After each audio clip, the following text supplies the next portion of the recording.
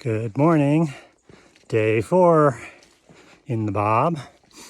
Had a pretty good sleep last night. Finally, it was pretty flat. Finally able to get a full night's rest without really waking up a few times. So I think the fatigue is finally making me sleep better.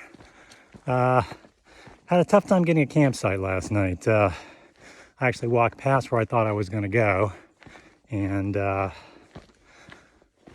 had to double back to get water because I wasn't sure where there would be water. Oh, here, let's take a look at what today will be all about, which is blowdowns. So it looks like I've got to walk around here. So, whoa.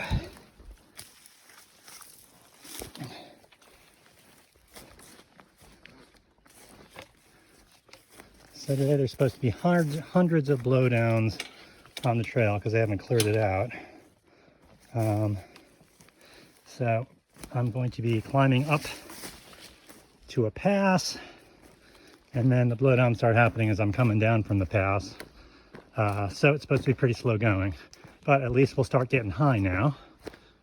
So first full day of the Spotted Bear alternate. Here we go. On the slow trudge up to Switchback Pass.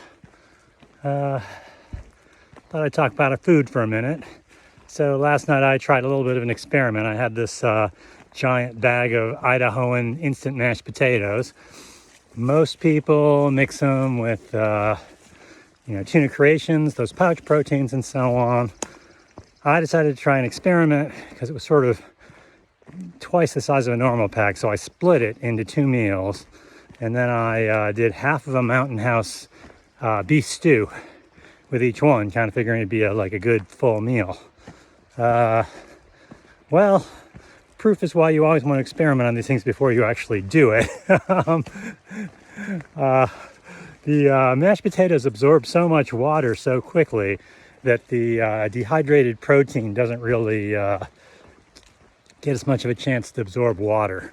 So they rehydrated, but it was, you could definitely tell it was a quite different texture from the mashed potatoes, and it would have been anyway. I mean, in general, historically, I've kind of gone for 4 basic meals that you could get in any small store anywhere. Mac and cheese, of course, the classic, sometimes ramen. I used to get chicken noodle soup. I take like a Knorr chicken soup dried, add more pasta, and then add a can of chicken or something like that. And then I did stovetop stuffing with a can of ham. Now these days everybody uses pouches, but 35 years ago, of course, none of that stuff existed. This trip is kind of odd because, of course, my whole setup is based on the idea that I always supplied in towns. I never mailed myself anything. And 35 years ago, if you went to a southern gas station, you pretty much found white bread, peanut butter, and Dinty Moore stew. So I had to design things off a least common denominator. Then, of course, coming on the section hike with a long carry at the start, completely different situation. I could buy everything in San Francisco. Any food was available to me. So it was almost the opposite experience of what I normally do. So, so far the food's been good. I think I have a little too much of it. Always the case, because early on you're just not as hungry as you get later on. But we'll see how it goes. Waterfall on the hike up to Switchback Pass. Beautiful waterfall on the hike to Switchback Pass. Man, okay, we're finally getting a little higher. This is why we climb.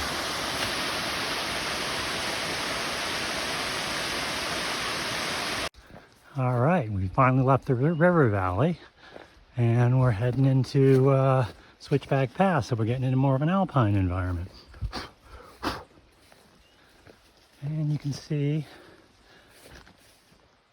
right about there's some little bits of snow up there.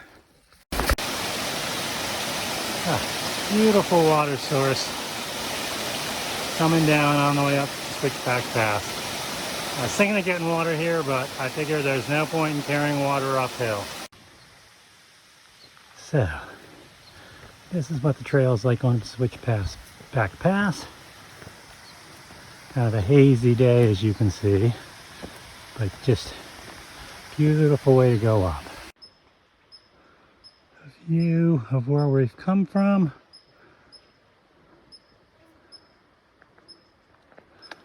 So basically, we've come from up there, and we were coming up that river valley down there.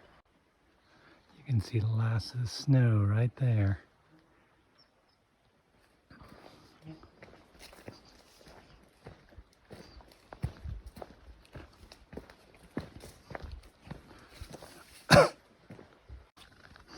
Beautiful alpine meadow.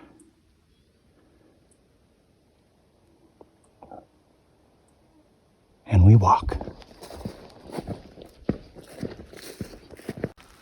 Well, of course, as soon as I wash everything, try to dry out my clothes, it starts raining. Looks like the forest fires have hit here again.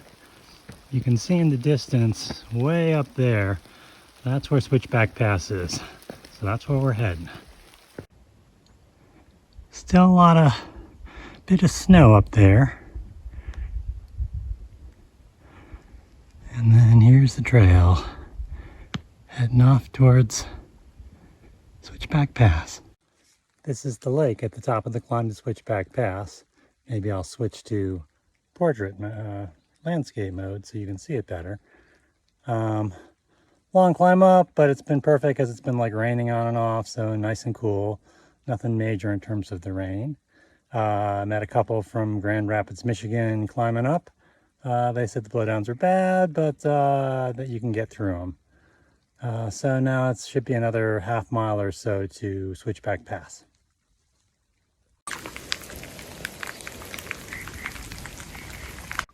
All right, so that's the top of Switchback Pass. So I think we're going to loop around, go around here, and then climb up. Almost up on the pass now. Gorgeous. And the trail goes up that way. All right, Switchback Pass. You could definitely camp here if you were so inclined. As you can see, it's kind of a flat area up top. It's not like the Sierra ones where it's just a rocky ridge, but you can see the mountains flowing out in the background. Middle of the blowdown section, heading down. Not as bad as it could have been. The advantage of having a lot of people come through here already, so they've torn out the branches, created kind of a consensus route.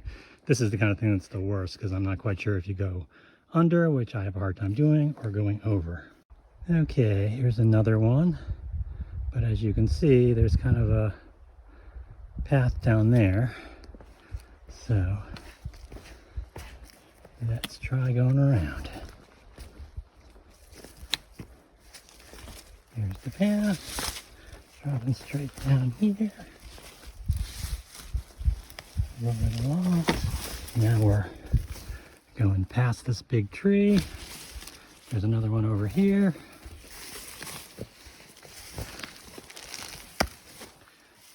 So we're stepping over that. And now we're back on the trail, having passed those two. Nice little lunch spot. I haven't gotten that far. I think I'm only probably at like 10 miles or so, but it was a lot of climbing early in the morning and my feet are really wet, and it's time for a break. Well, the tortillas are feeling a little stale, but still edible, and the Bunny Bell cheeses, out 4 days, seem to be okay, haven't turned. And not some dry sausage, so that should last okay, although it does sweat when it gets hot. But I get one of these and a half of another one, and then after that we're on to crackers. Oh, coming down off Switchback Pass, just went by some blowdowns. Beautiful path descending. Sun's come out, so it stopped raining. So maybe the afternoon will be a little bit easier. All right, made it day 4, completed 21 miles, having a little chili mac, my favorite mountain house meal. Camped down by a creek about 4 miles below Spotted Bear Pass. So I'll climb up that tomorrow, and then we'll be back on the CDT. It was definitely rough coming down from Switchback Pass with all those blowdowns, as I showed on the video. The good news is once I got to the ranger cabin, I ran into a couple guys doing CDT Nobo. They're flying. They were like talking about doing like a 26-mile day or something like that. But when I started heading up the creek towards Spotted Bear Pass, it was clear trail maintenance had been there. There was a lot of fresh wooden chips and so on. I like hustled trying to stretch out to 21 miles to get to the one campsite that I knew existed. Got there and there were like 6 tents set up already. Fortunately, the guy said there was a campsite another quarter mile up the hill, and so that's what I did. I came up here. It's a nice site right on the creek, and should be a relaxing evening. Got in around 6:30 or so not too bad. For some reason, I feel like my mornings go really slow, but then the afternoons, the miles really crank. Maybe it's because I'm generally climbing a pass in the morning or something like that, but whatever it is, it's working. All right, good night.